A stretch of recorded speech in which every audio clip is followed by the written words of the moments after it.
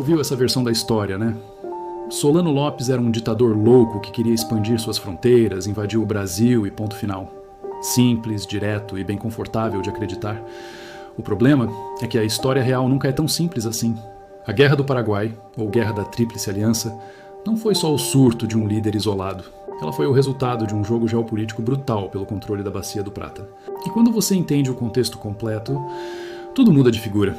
Vamos voltar para a década de 1860. A região do Prata era o ponto mais estratégico da América do Sul. Quem controlasse ali, controlava os rios navegáveis, o comércio internacional e a influência sobre o Uruguai e a Argentina. Era uma disputa pelo equilíbrio de poder entre o Império Brasileiro e as jovens repúblicas. O Brasil era uma monarquia em expansão, especialmente na região sul. A Argentina ainda lutava com tensões internas entre Buenos Aires e as províncias. O Uruguai estava no meio de uma guerra civil sangrenta entre os partidos Blanco e Colorado. E o Paraguai? O Paraguai tentava desesperadamente manter sua autonomia no meio desse caos. O presidente paraguaio era Francisco Solano Lopes, e é aqui que a versão simplificada começa a desmoronar. Em 1864, o Brasil invade o Uruguai para derrubar o governo Blanco, que era aliado do Paraguai, e apoiar o Partido Colorado. Isso é um fato histórico documentado. Para o Paraguai, a leitura era clara. Se o Brasil controlasse o Uruguai, ele passaria a dominar completamente a saída do Paraguai para o Oceano Atlântico. Era um cerco geopolítico. Lopes já tinha avisado. Se o Brasil interviesse no Uruguai, ele consideraria isso uma ruptura do equilíbrio regional. O Brasil ignorou o aviso e interveio mesmo assim. E aí, o Paraguai reage? Sim, o Paraguai invadiu o Mato Grosso. Isso não é mito. Mas foi uma resposta preventiva, uma manobra estratégica, não uma tentativa de conquistar metade do continente. Eles não colonizaram a área, não tentaram anexar permanentemente territórios brasileiros. A estratégia paraguaia era forçar uma guerra rápida, enfraquecer a influência brasileira na região e impedir o próprio isolamento. O problema foi um erro de cálculo monumental.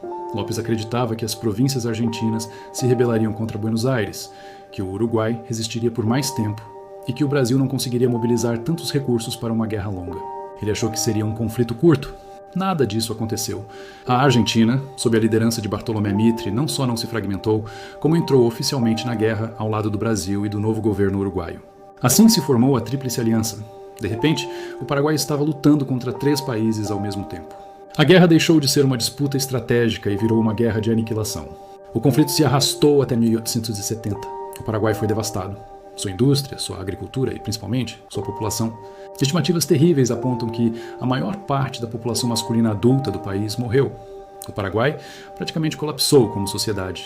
No fim, Solano Lopes foi morto em combate, e suas últimas palavras teriam sido: "Morro com a minha pátria". Para o Paraguai, ele se tornou um símbolo de resistência.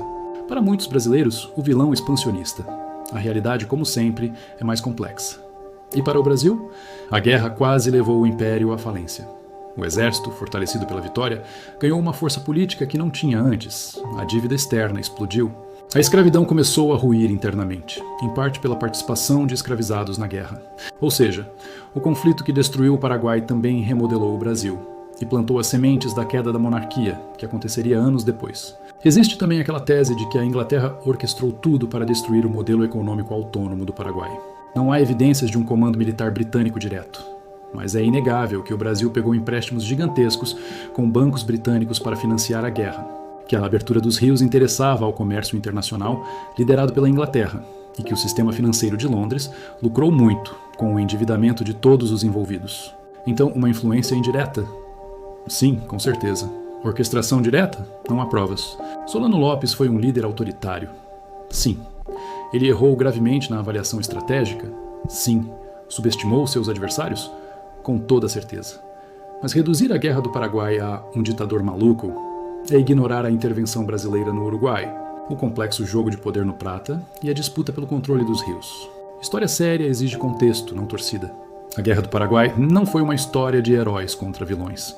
Foi uma guerra de poder, de cálculo estratégico, de ambição regional e de consequências devastadoras para todos.